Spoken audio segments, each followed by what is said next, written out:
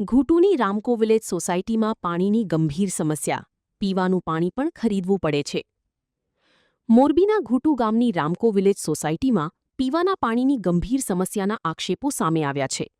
સ્થાનિકોના જણાવ્યા મુજબ સોસાયટીના લોકોને પીવાનું પાણી મેળવવા માટે પણ પૈસા ચૂકવી પાણી ખરીદવાની ફરજ પડી રહી છે.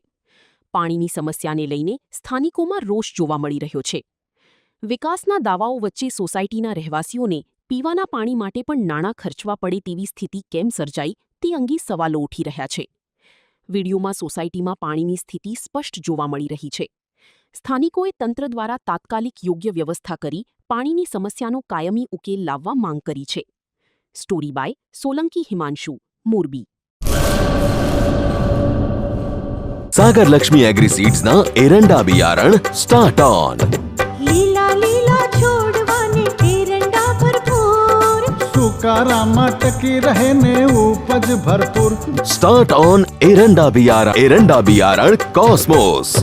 લાંબી જાચેરી માળોમાં શક્તિ છે ભરપૂર. સુકારો ઓછો ને પાકે ઉપજ લખલૂટ. कॉस्मोस एरंडा बियारण